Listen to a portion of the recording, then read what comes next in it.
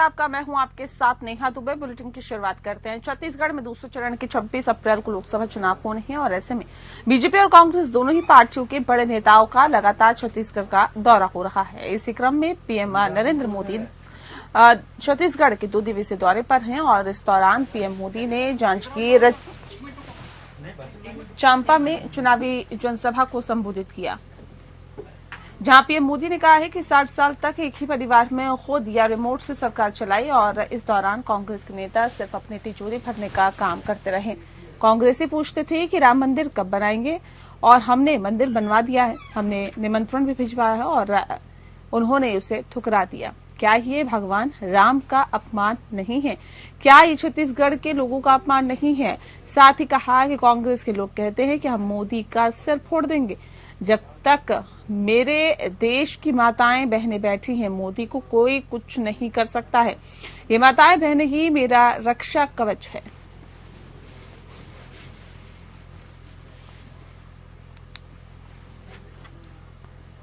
राजनांदगांव लोकसभा क्षेत्र में भारतीय जनता पार्टी और कांग्रेस के स्टार प्रचारकों ने मोर्चा संभाल लिया है और ऐसे में यहां प्रदेश में दूसरे चरण के मतदान के तहत 26 अप्रैल को मतदान होना है। वहीं 24 तारीख की शाम यहां पर चुनावी शोरगुल थम जाएगा। इससे पहले दिग्गज नेता अपने अपने पार्टी के प्रत्याशियों के प्रचार पक्ष में प्रचार प्रसार कर रहे हैं। इसी बीच भारतीय जनता पार्टी के प्रत्याशी संतोष पांडे के पक्ष में चुनावी रैली को संबोधित करने के लिए मुख्यमंत्री विष्णुदेव साय राजनांदगांव पहुंचे, जहां उन्होंने छोटी छोटी सभाओं को संबोधित किया। शहर के नंदई चौक में सभा को संबोधित करते हुए सीएम साय ने कहा है कि प्रधानमंत्री नरेंद्र मोदी के नेतृत्व में देश का तेजी से विकास हुआ है। उन्होंने कश्मीर से धारा 370 समाप्त करने का काम किया है। वहीं मुस्लिम महिलाओं के सशक्तिकरण के लिए ट्रिपल तलाक को खत्म करवाया है। 5.5 साल से प्रतिरक्षा रत भगवान श्री राम को टेंट से हटकर भव्य राम मंदिर में विराजित करने का काम नरेंद्र मोदी ने किया है। मुख्यमंत्री ने इस अवसर पर प्रदेश के पूर्व मुख्यमंत्री और राजनांदगांव से कांग्रेस के लोकसभा प्रत्याशी भूपेश बघेल को भ्रष्टाचार में डूबा हुआ बताया और छत्तीसगढ़ प्रदेश में 5 साल तक घोटाले की सरकार चलाने की बात कही है। उन्होंने कोयला घोटाला, शराब घोटाला सहित कई घोटाले को लेकर भूपेश बघेल पर आरोप लगाया है। इस दौरान उन्होंने भारतीय जनता पार्टी के लोकसभा प्रत्याशी संतोष पांडे को भारी बहुमत से जीत दिलाने की अपील कर मतदाताओं से वोट मांगा।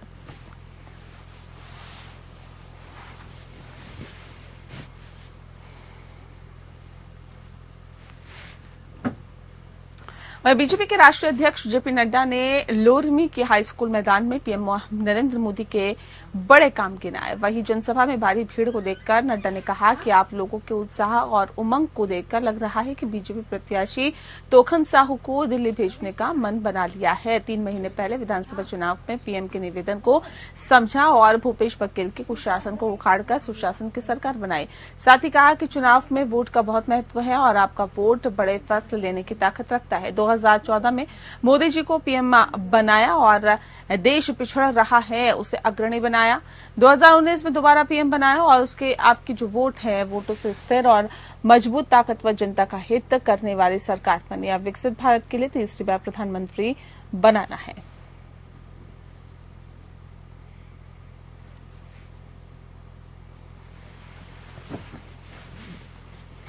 राज्यसभा सांसद राजीव शुक्ला ने प्रेस कॉन्फ्रेंस करते हुए कहा है कि पहले चरण का मतदान हो गया है। 102 सीटों से अच्छी खबरें आ रही हैं, उसमें इंडिया गठबंधन आगे चल रहा है और बीजेपी के नेतृत्व घबराया हुआ है।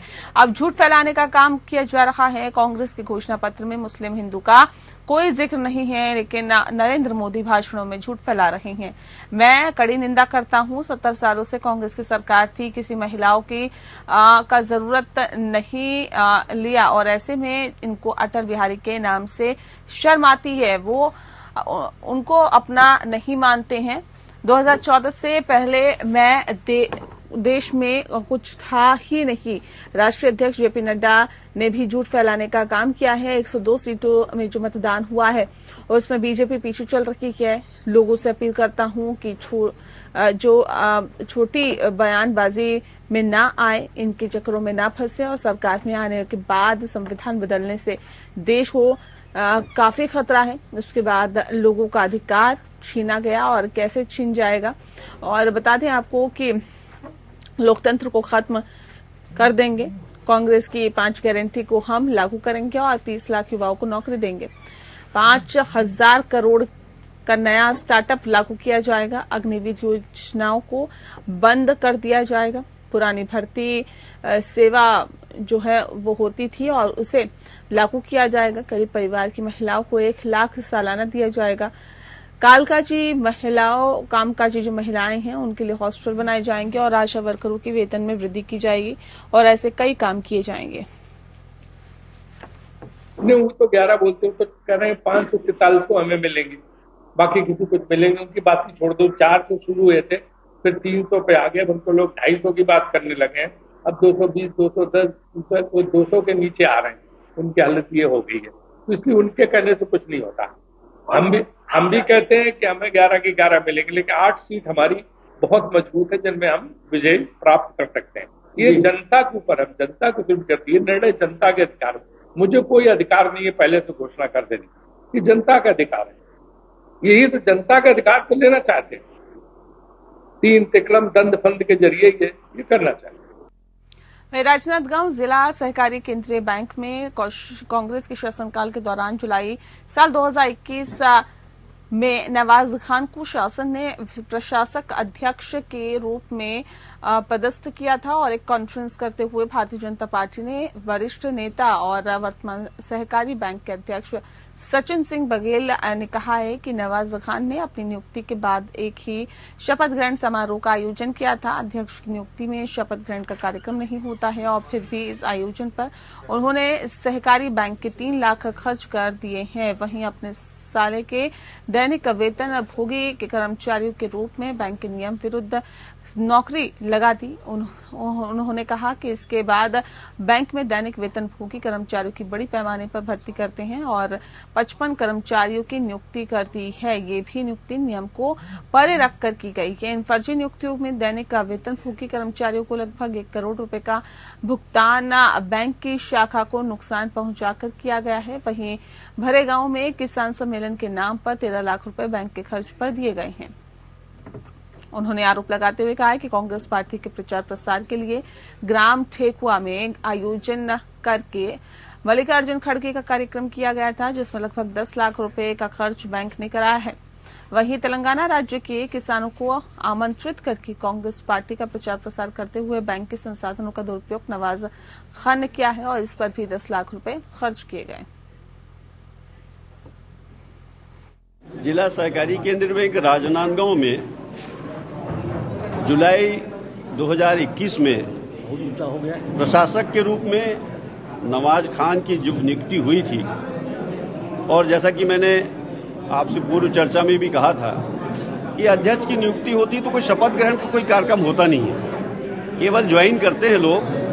और यहाँ तो यह हालत हुई कि अवैधानिक नियुक्ति को सेलिब्रेट करने के लिए एक बड़ा ग्रैंड कार्यक्रम ऑडिटोरियम में किया गया और पहले चरण में ही जो गड़बड़ियों की शुरुआत थी वो पहले चरण में ही हो गया। 3 लाख रुपए के सीधा चूना बैंक को लगा और उस शपथ ग्रहण का खर्चा 3 लाख रुपए हुआ। उसके जस्ट बाद उनने तत्काल पहला काम ये किया कि अपने साले को नौकरी में लगा लिया। तो बता दें आपको, नवाज खान ने किया बैंक के संसाधनों के बारे में चर्चा और साथ ही साथ बताया ये भी जा रहा है कि तेलंगाना राज्य के किसानों को आमंत्रित करके कांग्रेस पार्टी का प्रचार प्रसार करते हुए बैंक के संसाधनों का दुरुपयोग किया नवाज खान ने और इस पर भी 10 लाख रुपए खर्च किए गए। केंद्रीय गृह मंत्री अमित शाह के नक्सलवाद पर दिए गए बयान को कांग्रेस ने चुनावी जुमला बताया है। प्रदेश कांग्रेस संचार विभाग के अध्यक्ष सुशील आनंद शुक्ला ने कहा है कि नक्सलवाद के खात्मे को लेकर अमित शाह का बयान हास्यास्पद है। जनता ने मोदी सरकार को 10 साल का समय दिया था और मोदी सरकार आतंक को समाप्त करने में असफल रही है। बीजेपी सरकार की विदाई सुनिश्चित हो गई है और उनकी उल्टी गिनती चल रही है। अमित शाह अब तनाव न पाले, नक्सलवाद खत्म करने कांग्रेस की सरकार काम करेगी और केंद्र में इंडिया गठबंधन की सरकार बनने जा रही है और आतंक को खत्म करने की रणनीति पर काम होगा। देश आतंक से मुक्त होगा। राज्य में कांग्रेस की सरकार ने नक्सलवाद पर काबू किया है। केंद्र में कांग्रेस की सरकार खत्म करेगी। और ऐसे में आपको बता दें कि शाह को पता है कि अब मोदी के नाम पर वोट नहीं मिलेगा, तो नक्सलवाद के नाम पर वोट मांग रहे हैं।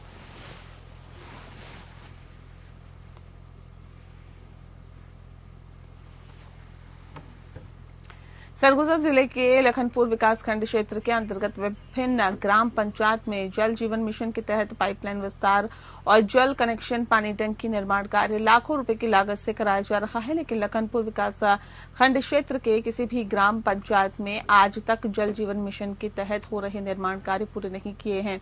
इससे लोगों को उसका लाभ नहीं मिल पा रहा है। मिली जानकारी के अनुसार उक्त निर्माण कार्य प्रारंभ होने के 9 महीने के भीतर पूर्ण कराया जाना होता है।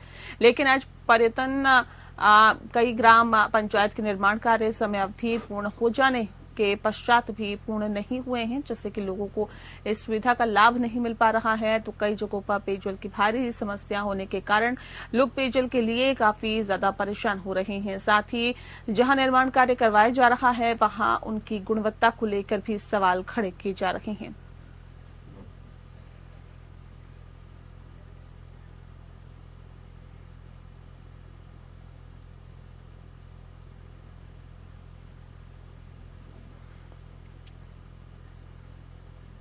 खैरागढ़ जिले में लोकसभा आम निर्वाचन 2024 स्वतंत्र, शांतिपूर्ण और निष्पक्ष रूप से संपन्न कराने के लिए पुलिस अधीक्षक त्रिलोक बंसल के निर्देशन पर पिपरिया के खैरागढ़, ठेलकाडी, जालबांधा, छुई खदान, गंडई क्षेत्र में फ्लैग मार्च निकाला गया। लोकसभा चुनाव निष्पक्ष और शांतिपूर्ण तरीके से बिना किसी प्रकार के दबाव, कोई भी प्रलोभन के नागरिकों को अपने मताधिकार का उपयोग करने हेतु अपील की गई। असामाजिक तत्वों को चेक कर संदिग्ध लोगों से पूछताछ की गई, जिससे कि असामाजिक तत्वों में भय का माहौल बन रहा रहेगा और आम जनता के मन में पुलिस के प्रति विश्वास बना रहे।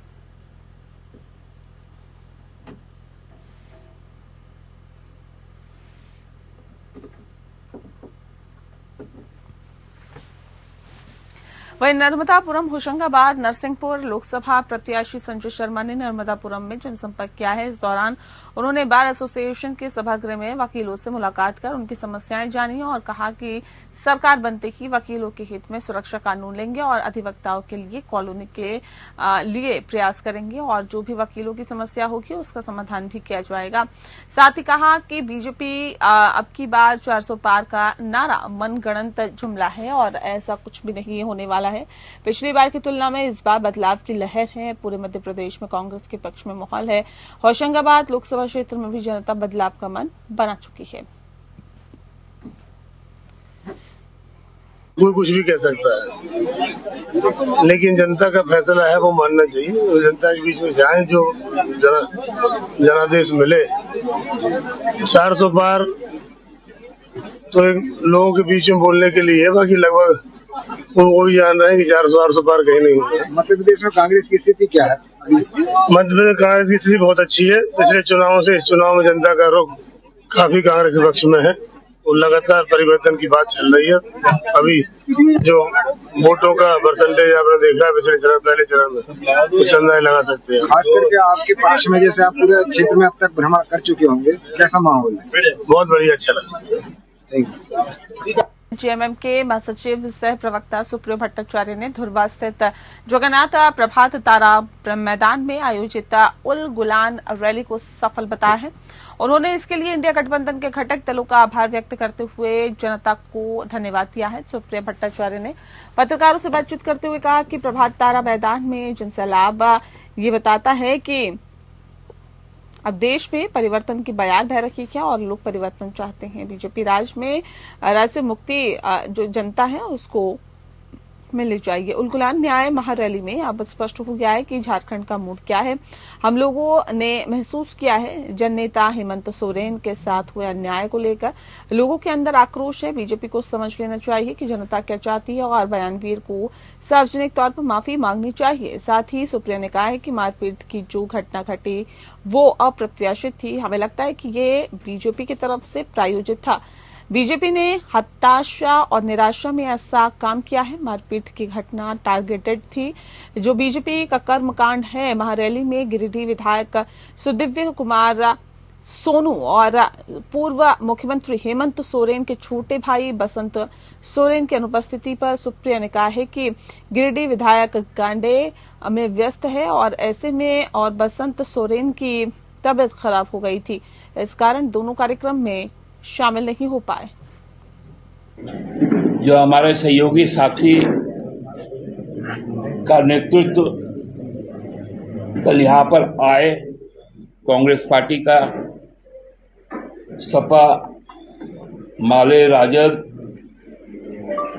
आप, उनको भी बहुत बहुत आभार आप सबका भी कि थोड़ी असुविधाओं के बावजूद, जिसका हमें अत्यंत खेद है, आपने हमें सहयोग प्रदान किया और जो रैली के जो हमारा जो मैसेज था, जो संदेश था, उनको जन जन तक पहुंचाया। गिरिडीह लोकसभा क्षेत्र की टुंडी के झामुमो विधायक मथुरा प्रसाद महतो को इंडिया गठबंधन का गिरिडीह लोकसभा उम्मीदवार बनाए जाने के बाद चुनाव में जीत दर्ज कराने की नीति बनाने को लेकर बोकारो जिले के बेरमो के 5 नंबर धौड़ा में पार्टी के प्रमुख नेताओं और यूनियन के नेताओं की एक बैठक आयोजित की गई। बैठक में प्रत्याशी मथुरा प्रसाद महतो, बेरमो के विधायक कुमार जयमंगल सिंह समेत सभी दल के नेता, यूनियन के पदाधिकारी मौजूद रहे। बैठक में चुनाव जीतने की रणनीति पर चर्चा हुई और बेरमो विधायक से विधानसभा से 1.5 लाख वोट मथुरा महतो को दिलाने की बात कही गई। मीडिया से बातचीत करते हुए मथुरा प्रसाद महतो ने कहा है कि शुरू से लड़ाई लड़ते आ रहे हो और साथ ही साथ इस बात को भी कहा गया है कि झारखंड आंदोलन हो या फिर मजदूरों की लड़ाई हो या फिर विधायक बनने के लिए लड़ाई हो, अब लोकसभा चुनाव में खड़े हैं और उसके लिए लड़ाई लड़ेंगे। क्षेत्र की जनता अच्छे उम्मीदवार को वोट देने का काम करेगी और साथ ही उन्होंने कहा है कि केंद्र सरकार की नाकामी और मजदूर विरोधी नीतियों को लेकर हम जनता के बीच में जाएंगे, क्योंकि केंद्र सरकार ने केंद्रीय एजेंसियों का इस्तेमाल गलत तरीके से करके लोगों को जेल भेजने का काम किया है। देखिए, शुरू से तो लड़ाई लड़े हैं, चाहे झारखंड आंदोलन हो, चाहे विस्थापन का हो, चाहे विधायक का हो। अब नया है कि लोकसभा का भी लड़ाई है, इसमें भी है उम्मीदवार हैं तो लड़ाई लड़ेंगे। देखिए, ये तो सोचना आम पब्लिक का काम है, वो चुनेगा, जो अच्छा प्रत्याशी उसको लगेगा उनको मतदान करेंगे लोग। लेकिन हमारा कहना है कि हम इंडिया गठबंधन के प्रत्याशी बनाए गए हैं तो जनता के बीच हम जा रहे हैं कि केंद्र सरकार का जो नाकामी है उसको जनता को हम बता रहे हैं कि महंगाई इतना जोर का है कि हर घर जो है इससे त्रस्त है। और इस सरकार ने यह प्रयास किया है, केंद्र सरकार ने, कि लोकतंत्र में जो भी लोग इनके विरोध बोलेगा तो उसको जेल में भेजेंगे। तो इन सब चीज़ों को लेकर जनता के बीच जा रहे हैं और हमारा कई मुद्दा है जो खासकर औद्योगिक क्षेत्र में बेरोजगारी, विस्थापन, इन सब मुद्दों को लेकर हम अगली खबर का रुख करते हैं। रांची में रविवार को हुई इंडिया गठबंधन की उलगुलान महारैली में बवाल पर बोकारो में बीजेपी विधायक और मुख्य सचेतक विरंची नारायण ने इंडिया गठबंधन ने जोरदार हमला बोला। उन्होंने कहा कि मैं बहुत बधाई देता हूं कि कांग्रेस के मित्रों को और उन्होंने वास्तविक उलगुलान किया है। उन्होंने कहा कि ये संदेश जो है, इस संदेश की बात की और कहा कि ये संदेश जो है राज्य की जनता के लिए है और यही कांग्रेस और इंडिया गठबंधन का असली चरित्र है। उन्होंने कहा कि आगामी लोकसभा का चुनाव का रांची में ट्रेलर दिख गया है। उन्होंने कहा कि अब इसमें कोई शक नहीं कि झारखंड की 14 लोकसभा सीट भारतीय जनता पार्टी ही जीतेगी। साथ ही साथ ये भी कहा है कि कुर्सियां तोड़ी हैं और इससे 100% झारखंड की जनता को समझ में आ गया है कि ये सारे जमूरे और जोकर लोग हैं, इनसे झारखंड का भला नहीं होने वाला है।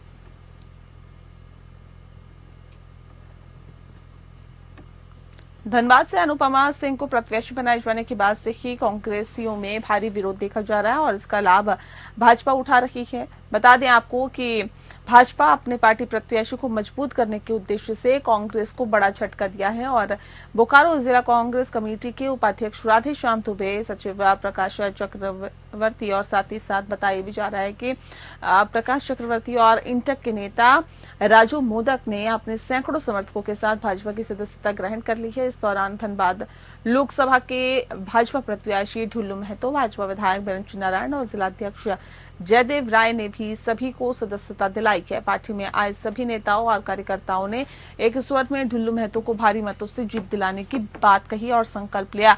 इस दौरान ढुल्लू महतो ने कहा है कि जिस प्रकार से मोदी का परिवार में लोग शामिल हो रहे हैं, ऐसे में हमें उम्मीद है कि पिछले लोकसभा के सभी रिकॉर्ड को तोड़ दिया जाएगा और 8 लाख से ज्यादा मतों से जीत हासिल होगी।